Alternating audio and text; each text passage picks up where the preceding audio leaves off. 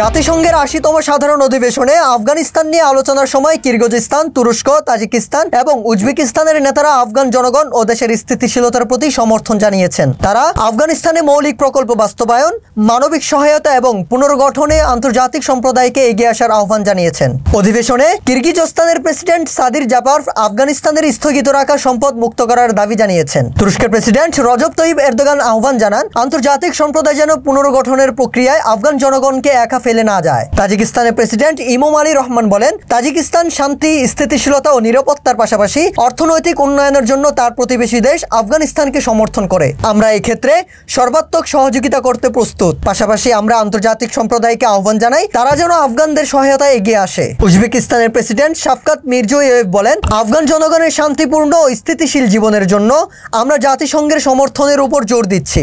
সবচেয়ে গুরুত্বপূর্ণ বিষয় হলো আফগানিস্তান যেন আন্তর্জাতিক অঙ্গন থেকে বিচ্ছিন্ন হয়ে না পড়ে। আমরা পরিকল্পনা করেছি আফগানিস্তানের অর্থনৈতিক খাত ও মৌলিক অবকাঠামোয় বিভিন্ন প্রকল্প বাস্তবায়ন করব। ইমারতে ইসলামিয়া বিভিন্ন দেশের এসব ইতিবাচক অবস্থানকে স্বাগত জানিয়েছে। সেই সঙ্গে তালেবান সরকার জানায়, আফগানিস্তানের স্থিতিশীলতা ও উন্নয়ন কেবল দেশটির জন্য নয়, বরং পুরো অঞ্চলের জন্য উপকারী। সব দেশের সঙ্গে সুসম্পর্ক বজায় রাখতে চায় আফগানিস্তান।